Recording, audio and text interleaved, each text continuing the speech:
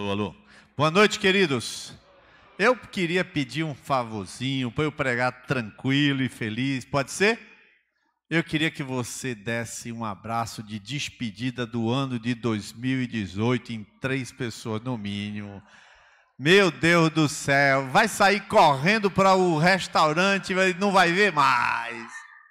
Oh, como foi bom estar com você esse ano, coisinha boa, uma bênção, ser seu amigo, ser seu irmão. Eita, coisa boa. Igreja é família, nós somos irmãos, nós somos amigos. Tão bom ver uns aos outros de novo. Que maravilha.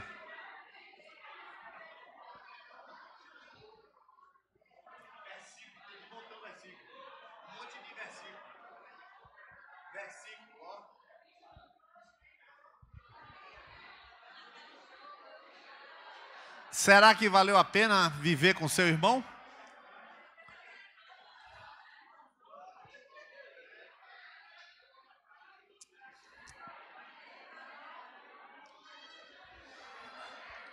Eu vou até dar um abraço aqui no meu amigo, que eu fiz o casamento. Meu querido, que bom que você está aqui. Só eu de burro. Glória a Deus. Glória a Jesus. 1 João 4:9, ele vai colocar na tela. Glória a Jesus. Hoje é nossa última celebração noturna. Eu vou lembrar você que é visitante que domingo que vem nós não estaremos aqui à noite, vai ser de manhã, café da manhã. Você está convidado, você pode trazer papagaio, cachorro não, mas gato, papagaio, pode trazer, viu? Pode trazer seu amigo, pode trazer aquela sogra que chegou de viagem para passar o Natal, pode trazer, não tem problema, tá? Tomar um café aqui no domingo. À noite não vai ter celebração. Dia 30 não vai ter celebração. E dia 6 do ano que vem, nós vamos estar juntos aqui. Eu queria pedir sua atenção, porque eu vou falar de um assunto que requer, assim, um pouco de atenção. E também porque é nossa última palavra. E eu fiquei pensando o que Deus tinha para comunicar. E aí eu digo a você, eu já falei algumas vezes, mas vou repetir, o difícil não é o esboço, o difícil é você ouvir Deus. O difícil é isso, porque você tem 1000 coisas na cabeça. Então você tem que aquietar completamente para que você escute a voz de Deus. Você ouve muitas vozes, você pensa o que deve ser, você imagina, mas nada disso é Deus. Deus, quando fala, a palavra é assim, você ouve e você deixa ela lá em banho-maria. Depois de um tempo, ela fica, aí as outras vozes vão calando e aquela voz que Deus falou, ela prevalece. É algo assim que fica no coração. Então a gente vai falar sobre Jesus. A gente vai falar sobre Jesus hoje. 1 João 4:9. Se você puder ler comigo ali na tela, 1 João 4:9. Nós vamos ler todos. Depois eu vou fazer outras citações, mas só esse versículo dá para a gente ler juntos. Vamos ler todos? Foi assim que Deus manifestou o seu amor entre nós. Enviou seu Filho unigênito ao mundo para que pudéssemos viver por meio dele. Vamos orar nesse momento? Senhor Deus, nós queremos te agradecer pelas muitas vezes que ouvimos a pregação da tua palavra aqui neste lugar, reunidos em teu nome. Obrigado porque o Senhor sempre fala conosco e falou conosco este ano. Obrigado pelas pessoas que estavam ministrando, que ministraram aqui, Senhor. E o Senhor nos alimentou de maneira maravilhosa, Senhor. Muito obrigado. Eu sei que o Senhor tem muito ainda para nós. E nós pedimos graça do Senhor para sermos fiéis. Fiéis quando ouvirmos. E também pedimos graça do Senhor esta noite para compreendermos. Transmite revelação, Senhor, esta noite. Entendimento espiritual daquilo que Tu queres. Para cada pessoa aqui, Pai. Que não fique ninguém sem compreender a Tua vontade aqui, em nome de Jesus. Amém. Amém? Viver com Jesus. Diz o texto para isto que Deus enviou seu Filho unigênito ao mundo, para que por ele vivamos. Olha, tem uma doutrina essencial no Evangelho, que se ela cai, todas as outras doutrinas, ensinos e verdades caem junto. Se você, por exemplo, se você derrubar, por exemplo, a doutrina da volta de Cristo, Jesus não vai voltar. O Evangelho não necessariamente desmonta, mas se você desmontar esta verdade aqui, tudo, inclusive o significado da morte de Jesus, ele se desfaz totalmente. E essa doutrina, isso que eu vou ensinar hoje, que eu vou falar hoje, é essencial para mim e para a sua vida. Ele se constitui na pedra de toque, na pedra angular de todo o Evangelho, e é fundamental. Então eu vou pedir que coloque na tela o texto de 1 João 4,14, e nós vamos começar a falar sobre Jesus, um texto muito fácil. 1 João 4,14 diz assim: e vimos e testificamos que o Pai enviou seu Filho para Salvador do mundo. Primeira coisa que eu queria falar sobre a vinda de Jesus ao mundo é que ele veio para salvar os pecadores. Isso parece uma coisa muito óbvia, mas eu vou trilhar nesse caminho óbvio para trazer algumas pontuações importantes. Paulo, em 1 Timóteo 1,15, que vai ser colocado na tela, ele vai trazer um texto sobre salvação dele. Ele diz: esta palavra fiel e digna de toda aceitação, que Cristo veio ao mundo para salvar os pecadores. E aí ele se coloca, ele diz: dos quais eu sou o principal pecador. Entender, compreender, ser pecador, e compreender o pecado e compreender a queda, que o homem ele foi criado por Deus para algo, mas esse homem caiu, se afastou da vontade de Deus, não é uma coisa secundária, não é uma coisa periférica, é uma coisa essencial. Para onde você olhe, que televisão você ligue, o canal que você ligar, o programa que você assistir, onde você abrir os seus olhos, raciocinar, você vai encontrar pecado. Você, infelizmente, vai encontrar deterioração, deformação, degeneração. Uma das provas científicas, porque é empírica, e no método empírico é uma prova científica, uma das provas científicas mais óbvias que existe é do pecado original. É mais difícil você provar a existência de Deus cientificamente do que provar a existência de Deus. Do que provar o pecado original. O pecado original é fácil. Porque você não precisa ensinar uma criança a desobedecer. Você não precisa. Ela automaticamente se encaminha para o pior. Agora, para que ela venha adquirir bons hábitos e coisas boas, inclusive solidariedade, o que quer que seja de bom, ela tem que ser ensinada. Ela tem que romper uma barreira do natural. Então, naturalmente, a raça humana nasceu inclinada para o mal. Esta é uma realidade que as pessoas, quando não entendem isso, elas fazem o que fizeram essa semana, como eu falei aqui na quinta-feira, com a Damares Silva. Damares Alves, né? Ela contou a experiência de salvação que ela teve. Ela já tinha sido abusada durante 4 anos seguidos, se não me engano. Abusada, estuprada, né? E o estuprador, o abusador, o criminoso, dizia para ela assim: você é a culpada disso aqui que eu estou fazendo com você. Você é suja. E ele falava isso com ela, então ela tentou suicídio, ela então encontrou Jesus numa visão muito misericordiosa, a visão que Jesus apareceu para ela, porque outras meninas se mataram, ou pelo menos tentaram, né? Mas ela não, ela viu Jesus ali, é uma experiência pessoal, quem vai duvidar é dela, a experiência e a verdade é que a vida dela mudou. Essa semana um camarada muito conhecido na mídia, um das cabeças pensantes mais iluminadas desse Brasil, escreveu sobre essa mulher e disse assim: quando eu vi a história de Damares Alves, e olhe que a história dela foi contada dentro da igreja, ela não falou isso para o público nem para ninguém, ela estava contando o testemunho, alguém foi lá, pegou o testemunho, trouxe para frente e tirou gozação com ela. Então esse rapaz começou a falar, eu esqueci o nome dele, e ele diz o seguinte: quando eu li a história de Damares Alves, eu disse: que piada é essa? Que piada de mau gosto é essa, botar uma ministra dessa? Aí eu fui pesquisar a biografia dela, e aí diz ele: quando eu li que ela adotou uma criança que iria ser morta só porque a mãe não queria, uma menina indígena, que só porque não queria do sexo feminino, e sim do masculino, eles pegam a criança feminina, não quer? Então enterra na terra viva. e ela morre sufocada dentro da terra. Então ela, quando viu que ia acontecer o infanticídio, ela tomou essa criança e adotou essa criança para si, e hoje é filha dela. E mais, Damares Alves tem 30 anos advogando de graça para mulheres violentadas, mulheres estupradas em Brasília. Aí ele leu isso e falou, então ela faz isso, isso e isso, então eu não tenho cabedal moral para abrir a minha boca e falar dela. Ora, raríssimos são as pessoas que têm consciência de erro, de pecado e de queda. Muito poucas pessoas. E aí, ao contrário, elas fazem esse tipo de gozação, porque não existe pecado.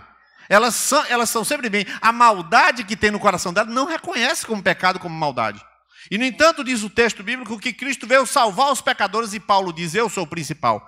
E como principal desses pecadores, agora João 3,17, eu quero fazer um comentário agora bastante atualizado desta tarde, das 17 horas.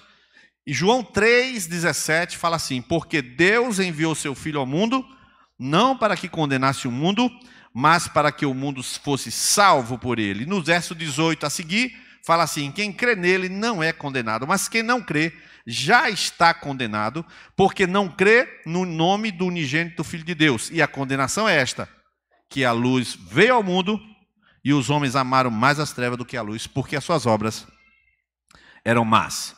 Ontem eu estava lendo um comentário de um grande intelectual brasileiro chamado Carlos Ramalhete, e ele fez um comentário assim sui generis sobre o episódio do abuso sexual do médium João de Deus.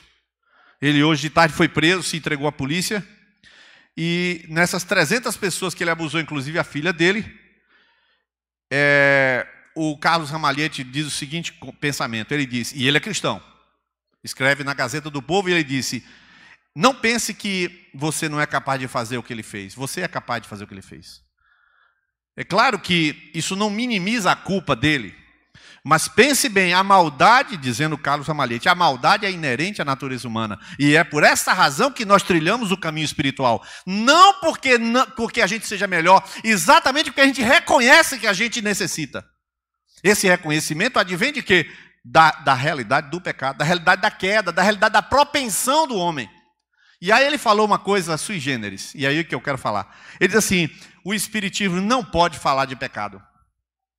Não estou fazendo crítica, não, estou fazendo uma citação. Que é uma crítica, mas não é minha, é do Carlos Ramalhete. Depois você pesquisa lá. O Espiritismo, ele comete um engano básico. As pessoas iluminadas, quanto mais iluminada, mais estará livre desse tipo de pecado. Tá bom, esse médium aqui é super famoso, mas vamos pegar o espírito mais iluminado de todos os tempos. Lúcifer. Era um espírito, não tinha corpo, era só espírito. E o que foi que aquele espírito iluminado fez? Se rebelou contra Deus e abandonou os céus. Então, por mais que você fique iluminado, por mais que você seja espiritual, você não está livre de lidar com esta realidade que se chama pecado. A humanidade está passível e susceptível à queda. E a gente acabou de ler que os homens amaram mais as trevas do que a luz, porque as suas obras eram más. Carlos Ramalhete, ele diz o seguinte, que quando a pessoa começa a pecar, ele começa a perder o senso de que vai ser pego, de que vai ser descoberto. Ele então faz aquelas coisas de maneira mais leviana possível. Ele é um super poderoso, a ponto de que na salinha onde ele abusava das mulheres, ele entrava com um ajudante. Não era ele só, mas ele e um ajudante, que participava de tudo. Ele estava de costa, mas ele participava. Aí você pergunta, como uma pessoa pode fazer isso? Não é iluminado? Irmão, ser traído pelo pecado é este elemento que coloca você e eu na necessidade de um Salvador, que é Cristo Jesus. Nós não estamos num processo simplesmente de aperfeiçoamento para a salvação, não. Nós começamos um processo de aperfeiçoamento depois da salvação. A salvação é o primeiro passo de quem quer melhorar, abandonar, se tornar uma melhor esposa, melhor marido, controlar, o que quer que seja. E aquilo, como diz Filipenses capítulo 1:6, eu gostaria que toda a igreja lesse, porque esse texto é o texto que para nós indica a nossa jornada espiritual. Filipenses capítulo 1, verso 6. Ele vai colocar, eu vou pedir que a igreja então leia, 1, 2, 3 lá. que aquele que em vós começou a boa obra a aperfeiçoará até o dia de Cristo. Então, dizer para você que entrou essa noite, que você acredita que Jesus veio à Terra é muito pouco. Que você acredita que Jesus foi uma boa pessoa não significa quase nada. Que você acredita que ele existiu não significa nada. Não significa nada. Mas se você sabe que você é um pecador, que eu sou um pecador, que nós somos pecadores e só existe um Salvador que se chama Jesus Cristo, o Senhor. Se você entende isso, você crê nisso e se reconhece pecador, então a salvação lhe alcança. Caso contrário, você vai tentar um processo de iluminação e, infelizmente, como um homem que aparentava ser tão bom, está agora preso nesse momento e dificilmente vai sair. Tentou tirar 35 milhões, aí o advogado hoje está explicando que não tentou, mas num dia só para o outro tentou sacar 35 milhões. Vai fazer o quê? Vai pagar 35 milhões de advogado? Ele pode pagar 350 milhões de advogados. Só Lula já pagou 68 milhões de advogados. Ele não tem dinheiro, nada é dele, mas conseguiu pagar 68 milhões para os advogados. Mas a culpa não sai, o pecado não sai, porque ele não reconhece o que é o pecado. Então você precisa de um Salvador, e esse Salvador é Cristo Jesus, o Senhor. Saiba disso. Ser cristão, ser membro de igreja, orar, ser membro de conexão não é salvação. Salvação é reconhecimento do seu estado. Salvação é reconhecimento de que você não presta. Não é tamanho de pecado. Você pode estar inquieto com um palavrão. Você pode estar inquieto com a raiva, com a ira de alguém, contra alguém. Você pode estar reconhecendo-se necessitado de falta de perdoar alguém que já morreu. Já morreu. É impossível perdoar? Não sei, seu coração é que sabe. E é agora que você precisa de um Salvador, que é Jesus Cristo. Amém? Mas também nós precisamos compreender, agora 1 João 4,3, no segundo ponto, o inimigo não quer que você creia que Jesus Cristo veio, ou seja, que Deus tomou forma humana. O inimigo não quer. Por isso eu digo a você que vai ter uma experiência, ou já teve uma experiência espiritual e não sabe se aquela pessoa está endemoniada, ou ela está possessa, ou se ela está com um surto psicótico, coisa do tipo, ela está com algum tipo de distúrbio mental. Se você faz uma pergunta bem simples para aquela pessoa, você pergunta o que este versículo está versando. Você chega para aquela pessoa e pergunta assim: Jesus Cristo veio em carne? Se a pessoa disser veio, ela não tem demônio. Porque o espírito maligno, ele não confessa que Jesus Cristo veio em carne. Por que ele não confessa? Porque o inimigo, ele tenta deteriorar sua fé de várias maneiras. Ele chega para você e fala assim: rapaz, você vai falir. Ou chega para você: seu casamento vai acabar. Rapaz, isso não tem cura. Você vai morrer com essa enfermidade. Ele fala várias coisas para você. Você tem como ficar em pé. Você pode até duvidar de que vai ser curado e alguém orar por você e você ser curado. Uma dúvida sobre se vai ou não ser curado, não tem problema, você não perde a salvação. Só que, se você disser: não, Jesus Cristo não é o Filho de Deus e não foi o Filho de Deus que veio à Terra. Apenas uma pessoa muito inteligente, que não pecou porque era bom mesmo. Jesus é esse cara. Se você pensar isso, você não tem escapatória para você. Você se alinhou a Satanás, porque o diabo não quer que você reconheça que Jesus foi enviado do próprio Pai. Você vai entender isso agora. Por quê? Porque Jesus não é um herói, queridos. Jesus não é um herói. Vou repetir: Jesus não é um herói. Meu herói, Jesus, não, senhor. Herói é um de nós que se destaca. Isso é um herói. Um de nós que tem um superpoder. Ele não é um de nós com um superpoder. Ele é uma oferta do Pai. Nós, perdidos, Ele envia o melhor. Ele envia Ele mesmo. O próprio Pai envia Jesus. Envia Ele. Porque Jesus é Deus. Então o Pai envia Deus. Então quem morreu por mim e por você? Deus. Deus se ofereceu para morrer por nós. Então o diabo não quer isso. Ele quer que... Não, se ele lhe convencer de que Jesus é um herói, como aqueles livros de Augusto Cury. Só para você saber, Augusto Cury não acredita que Jesus foi enviado da parte de Deus. Sabia disso? Vai estudar e você vai descobrir isso. Augusto Cury acredita que Jesus era muito bom. Que Jesus era o melhor de todos. Mas ele não disse que Jesus era o Filho de Deus. Ele se tornou o Filho de Deus de tão bom que foi. E se eu digo isso para você, sabe o que você vai fazer agora? Você vai fazer todo o esforço do mundo para ser bom. e vai confiar em si mesmo. Nós não temos que confiar em nós. Nós temos que confiar naquilo que Jesus fez. A gente é uma meleca, irmão. A gente é uma meleca. A gente erra o tempo todo. E às vezes a gente não erra com palavras, mas o nosso coração está com aquela raiva disso, cara, eu mato você. E você lá dentro está, e depois você se livra daquele sentimento, mas o sentimento vem e vai, e você fica pensando, meu Deus do céu, onde foi que esse pensamento de raiva está aqui dentro? Aí Jesus fala assim, meu filho, você vê que tu me dá trabalho, né? Mas eu te amo. Por que eu te amo? Porque eu ofereci meu sangue para não ficar nunca mais com raiva de você. Eu amo você para todo sempre. Isso é o Pai que enviou Jesus, e o inimigo não quer que você creia nisso. Não foi Jesus herói, foi o próprio Deus enviado por Jesus para que ele pudesse morrer por mim e por você. Amém? Eu quero agora mostrar um outro aspecto que está em Lucas capítulo 4, que tem a ver com o versículo inicial que nós falamos. Agora é Lucas 4. E eu vou só ler uma passagem aqui, abrindo Lucas 4, verso de número 1 e verso de número 2 e 3. Diz assim, Lucas 4, 1, 2, 3. Jesus, cheio do Espírito Santo, voltou do Jordão e foi levado pelo Espírito ao deserto. Lucas 4, verso 2. Onde durante 40 dias foi tentado pelo diabo. Não comeu nada durante esses dias e ao fim deles teve fome. O diabo lhe disse, se és o Filho de Deus, manda esta pedra transformar-se em pão. Bom, você já sabe que foram 3 tentações, já eu falo sobre elas. Mas, até agora nós falamos que Jesus foi enviado para a salvação e que o inimigo não quer que você creia que ele é um enviado de Deus. Até aí é fácil. Mas agora vem a outra parte. A salvação não é você crer somente. Não, eu criei, pronto, eu salvo. Irmãos, isso é o que você vê de um monte de crente que você conhece.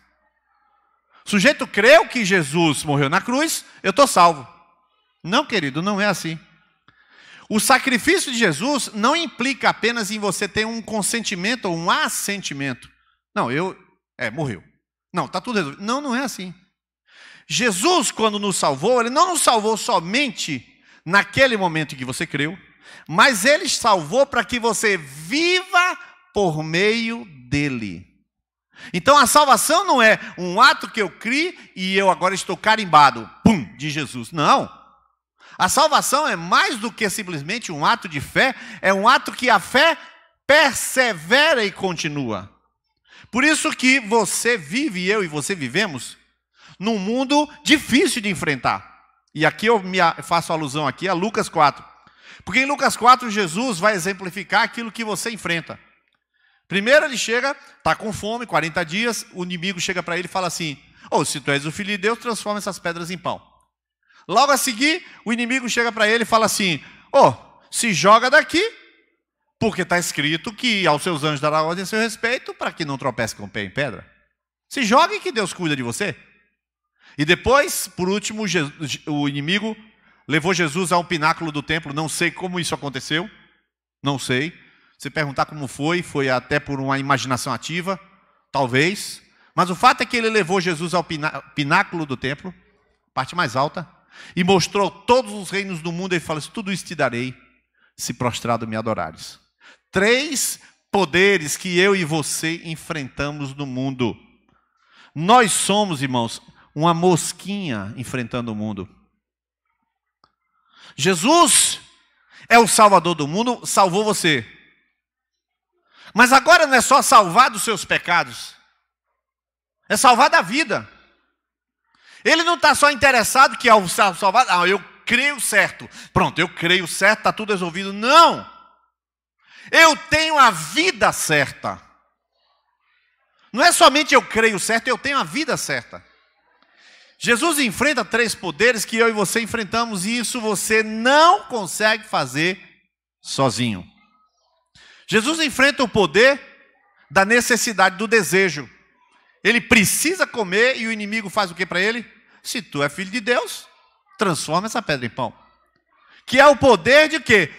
De usar o sobrenatural para saciar necessidades. Então nós enfrentamos um poder terrível. Todo mundo que está sentado aqui enfrenta um poder terrível. Amanhã tem uma necessidade material para suprir. Dias atrás eu estava ouvindo uma pessoa de boa condição financeira, de grande condição financeira, dizer o seguinte: está passando por um aperto muito grande, e ela disse o seguinte, essa pessoa, falou assim: está sendo maravilhoso, porque eu nunca tenho o dinheiro do dia seguinte, e todos os dias o dinheiro do dia seguinte, naquele dia ele aparece.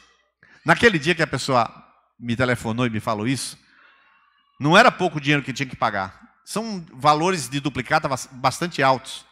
E quando chega o dia de manhã, não tem nada. Quando chega meio-dia, o dinheiro está todo lá. E a pessoa fala: rapaz, a experiência de depender de Deus tem sido fantástica. Então, não se trata tanto de dizer que pessoas que têm muito dinheiro não passam por atribulação financeira ou necessidade. Irmão, eu vou dizer bem um negócio para você. Não levante a mão não, tá? Quem esse ano passou a ganhar um pouco mais? Levante a mão não. Todos esses que levantaram a mão. O que fizeram ao ganhar um pouco mais? Gastaram um pouco mais. Porque quando tu casou, eu casei, tinha 68 quilos, hoje eu tenho 86, só inverteu o 6 e o 8. Tchum, inverteu, estou com 86. Eu passo na frente de um gauchão, meu irmão, quando tem um bife ancho, meu Deus do céu. Aí sai lá eu com um monte de hambúrguer, um monte de bife ancho, e eu saio lá, quando passa no caixa, R$130. Aí eu deixo lá na geladeira, uma hora que eu chego em casa: Fernanda, vamos comer um hambúrguer? Vamos comer um bife ancho? Vamos. A gente faz isso. Essas vaidades a gente tem porque ganha um pouquinho mais, gasta um pouquinho mais. Sua televisão estava boa quando tu comprou a de LCD, teu carro estava bom quando tu comprou outro. É sempre assim. Existe um poder e você é uma mosquinha que não consegue enfrentar esse poder. O poder é grande. Irmãos, eu procurei uma máquina de pão, não sei se acontece isso com você. Você chega no Google, bendita a hora que tu procura alguma coisa no Google.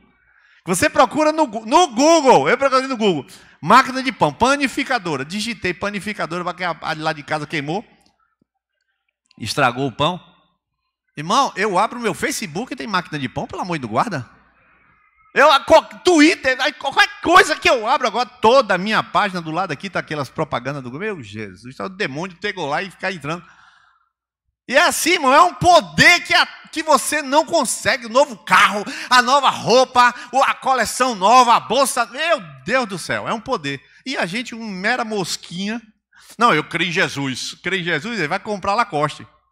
Crê em Jesus e vai passar na liquidação e vai dividir em 10 vezes. Crê em Jesus e divide 10 vezes. Então não se trata de fé, se trata da vida. Tem um outro poder aqui muito perigoso. Jesus viu, e aí o inimigo falou assim: se joga daqui que Deus vai cuidar de você.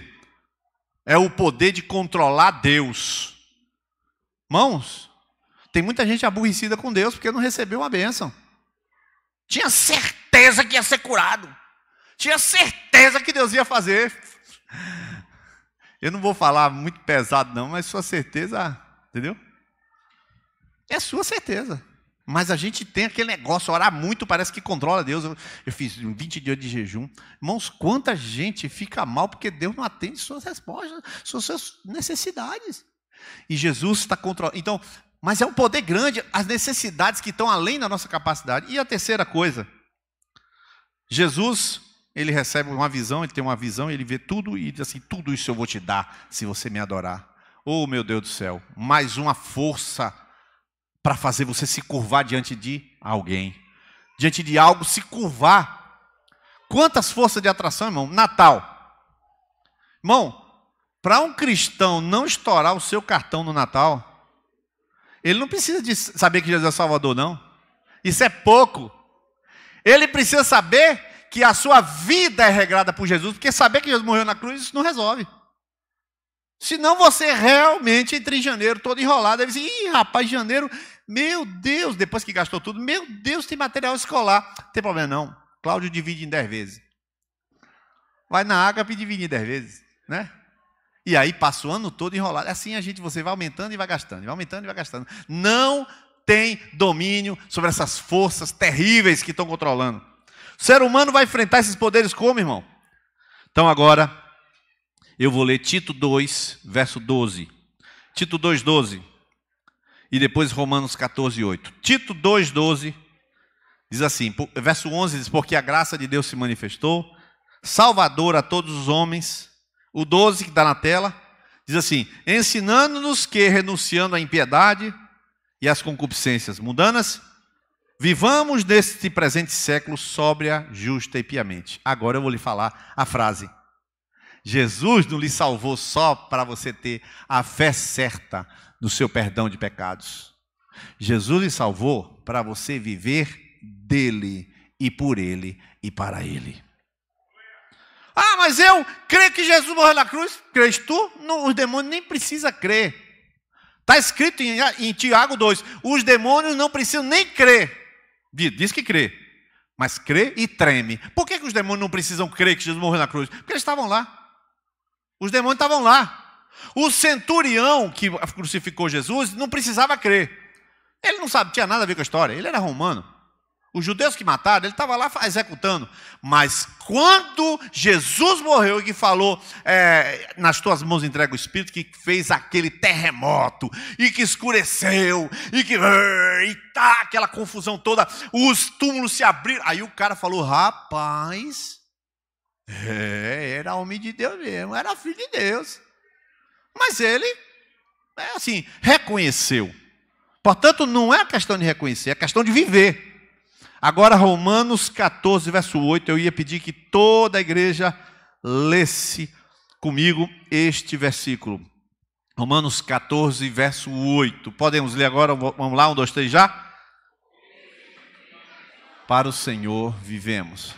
Se morremos, para o Senhor morremos. De sorte que ou vivamos ou morramos, somos do Senhor. Então, vou dizer algumas coisas um pouco mais sérias para você. Você termina o ano com aquele versículo de Paulo. Combati o bom combate, acabei a carreira e guardei a fé. Tem gente que termina o ano e fala assim, guardei a fé. E o combate? E a carreira? Carreira nada, eu passei o ano todo sentado na cadeira. Eu não corri, não fiz, foi nada. Irmão, deixa eu te falar um negócio. Não é só guardar a fé certa. É a vida certa. Porque se vivemos... Para o Senhor vivemos. Não é sua fé que vai dizer que você é um crente. Não é sua fé que diz que você é um discípulo. É sua vida que diz que você é um discípulo, irmão. A sua vida começou, a sua vida com Deus, começou quando você creu lá na cruz do Calvário. Yuri, quanto tempo sem convertido? Você se lembra o dia do seu batismo? 23 de novembro de 2017. Então tem 1 ano e 2 anos. 2 anos não, 1 ano e 1 mês. Tem 1 ano e 1 mês que Yuri é nova criatura. Pronto, no batismo. A fé não é baseada naquele dia, 23 de novembro. É a vida de Yuri de lá para cá que diz quem é Yuri. Não é aquilo, simplesmente a fé. Então, deixa eu falar algumas coisas para você nesse sentido. Você termina o seu ano vivendo para Jesus? Você termina o seu ano fazendo um curso para Jesus? Aí você fala, eu não sei o que é isso. Deveria saber. Já deveria ser grandinho o suficiente para saber. Mas pastor, o senhor está dando bronca na última pregação? Dou, uma bronquinha só. Não tem 3 não, é uma só. Deveria saber. Deveria saber que quando você creu em Jesus, você creu porque você não era nada, porque estava morto no pecado, e Jesus se apropriou da sua vida, agora a sua vida é dele. Aí você fala, essa parte não me contaram, não. Contaram, aqui na videira contam. Aqui na videira contaram, você sabia disso. Então você, pense na sua vida, você viveu do jeito que você quis? Por exemplo, nesse Natal. Como é que será esse Natal? Como é que será esse Réveillon seu? Jesus vai ser glorificado? Ou você vai fazer tudo o que pedirem você fazer? Um exemplo. A nossa vida é regida por Deus, irmão. Não é a fé que é regida por Deus. A fé já aconteceu, agora é a vida que é regida por Deus. Suas finanças. Pensa o seguinte, ano que vem você pode ter uma vida financeira diferente. Sabe como? Decidir gastar menos do que ganha. Aí você fala, pastor, eu decidi ganhar mais do que eu gasto. Isso sim. Eu decidi ganhar mais, pastor. é melhor você decidir desejar menos. Aí resolve o problema. De que esse homem, que diz a Bíblia? Queixe-se cada um dos seus próprios pecados. A gente se enrola na gente mesmo. Porque a nossa vida termina que Jesus não manda. Aí ele manda na fé, mas não manda na vida. Totalmente errado. E agora, eu vou pegar esse versículo 14:8 e eu vou encerrar nesse texto aqui agora. E eu vou falar uma coisa que é super verdadeira, que está lá em 1 Coríntios, eu não vou agora ficar lendo, eu vou citar esses textos decorados. Deus estava em Cristo reconciliando consigo o mundo, 2 Coríntios 5:21. Deus enviou seu Filho Jesus para fazer uma coisa que eu quero que você preste atenção. Você tem uma parte em você, eu tenho uma parte em mim, nós temos uma parte humana que não presta. Não presta. Por quê? Porque ela é viciada em pecar e viciada em desejar. Quando pensa que não, soltou um palavrão. Quando pensa que não, falou que não devia, murmurou. Quando pensa que não, comentou que não devia com alguém. É assim. Essa é a verdade. Essa parte Jesus levou para a cruz. Então, quando Jesus subiu na cruz, Jesus subiu nu e pelado. Pelado. Ele estava na cruz para morrer. Quem era que ia morrer? Deus? Deus é eterno, Deus não morre. Jesus Cristo é homem e Deus é Deus e homem. Então ele sobe na cruz. E diz o texto, levou sobre si os nossos pecados no madeiro. 1 Pedro 2, e pelas suas pisaduras foste sarados. Está lá. Jesus está na cruz fazendo o quê? Jesus está na cruz para crucificar este bicho que não presta em você, que é você mesmo. Fala baixinho para o seu irmão, tu não presta. Baixinho, irmão, pelo amor de Deus. Não se vingue dele agora. Fala baixinho para ele aí, fala, tu não presta. Baixinho, isso aí. Não é negócio de ficar xingando, não. Jesus subiu na cruz para matar este cabo aqui. Pisa no tomate sempre. Só que Jesus morre. Né? Não morre? Vai ser sepultado. E está lá sepultado. Quem é que ressuscita? Aquele treco que morreu? Eu e você? Eu estava em Cristo, você estava em Cristo. Quantos estavam em Cristo, diga amém. Pronto, os que não estavam em Cristo vão aceitar Jesus já já. Está enterrado quem? Aquele bicho. Mas o poder de Deus vem sobre Jesus e transforma aquele corpo ruim e ele se levanta em poder pleno da parte de Deus. Ele se levanta pleno. Ou seja, Deus matou aquilo que não presta para você não viver. Ah, não dá para eu viver? Dá sim. Não dá para controlar meu dinheiro? Não dá sim. Não dá para controlar minha língua? Não dá sim. Porque o poder de Deus destruiu o homem ruim que insiste em pecar e insiste em te levar para longe da vida de Deus. Você não vai viver a vida de Deus porque você é bom. Você vai viver a vida de Deus porque Jesus Cristo veio ao mundo para você viver para Ele, irmão. Natal é Natal dele. Réveillon é Réveillon dele. Contas financeiras, orçamento doméstico é orçamento dele. Compra de casa, compra parcelada é orçamento que tem que honrar a Deus, irmão. Cristão não pode fazer compra irresponsável, não. Compra irresponsável é compra do demônio. Vou repetir. Compra irresponsável é compra de Satanás. Ele sopra no seu ouvido e você faz. Se precipita. Quantas vezes eu já falei para os irmãos que estão naquelas promoções, que estão olhando aquela vontade de comprar uma bolsa, a vontade de comprar um sapato do Timberlake, lá você olha, você faz o quê? Fica olhando até a vontade de passar, irmão. Eu já falei várias vezes isso, irmão. Não se compra nada com vontade. Se compra usando a razão, só a razão. Quando você está muito com vontade, já sabe, a resposta é não. Ah, mas eu quero. É não. Quanto mais quiser, mais não é. É assim que funciona. Isso você não faz isso porque o pastor manda, o pastor anda na frente, irmão, presta atenção. O que a gente faz? Você acha que eu vou ficar aqui após a minha pregação? Gilvânia? E aí? Teve alguma vontade aí, Gilvânia? Ah, tive 235 vontades. O quê? Passe uma por uma. Não existe isso, irmão. Cada um se vira com o que ouviu. Deus está te dando uma orientação e dizendo, essa compra impossível é do demônio. Porque vai fazer com o que contigo? É aquele poder que o Senhor falou, que Satanás falou para Jesus, transforma essas pedras em pão. Aí o que você faz? Você sai para trabalhar, o seu trabalho é X e você vai transformar a pedra em pão. Você vai dar um jeitinho de fazer uma coisa por fora, você vai dar um jeitinho de vender sem nota, você vai dar um jeitinho de pegar dinheiro emprestado do caixa da empresa, depois eu devolvo. Transformando pedra em pão. Você entendeu? O que eu quero dizer é que Jesus não somente salva a nossa fé, Ele salva a nossa vida. Ele é Senhor da nossa história, Ele é Senhor da nossa cama. Ele é Senhor da linguagem que você usa no seu quarto. Ele é Senhor da sua história, Ele é Senhor dos seus pensamentos.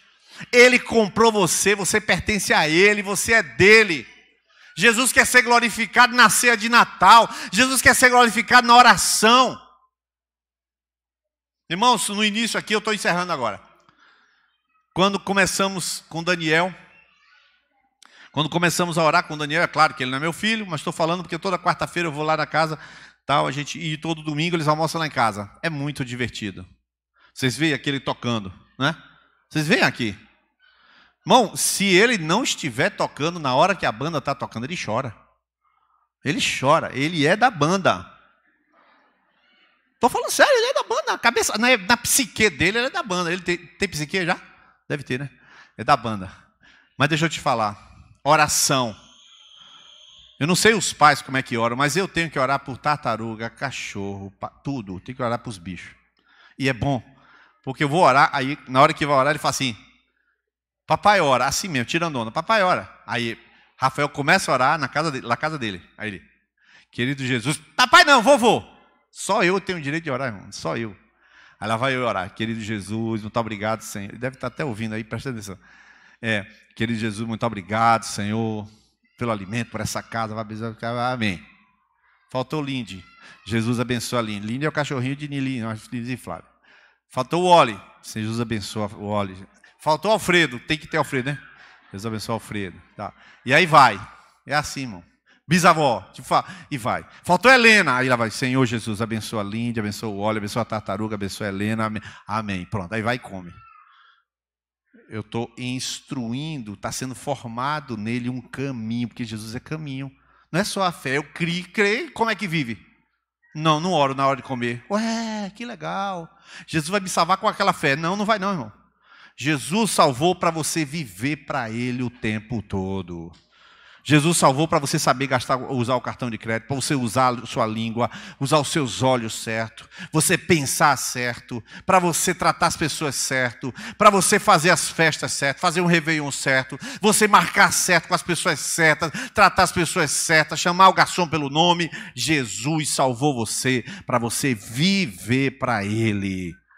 A salvação já começou, irmão. Se você não sabe quem é Jesus, não precisa ir para o céu. Quando chegar lá, Jesus, não, eu sou Gabriel. Desculpe, Jesus, não, eu sou Miguel. Fala com Gabriel, fala com Miguel, fala com todos os anjos e não sabe quem é Jesus, porque não se relacionou com ele. Você vai para o céu se aqui você já é dele, se aqui você já vive para ele. Amém? Essa é a palavra que encerra o ano. Eu não quero terminar o ano falando, seja feliz.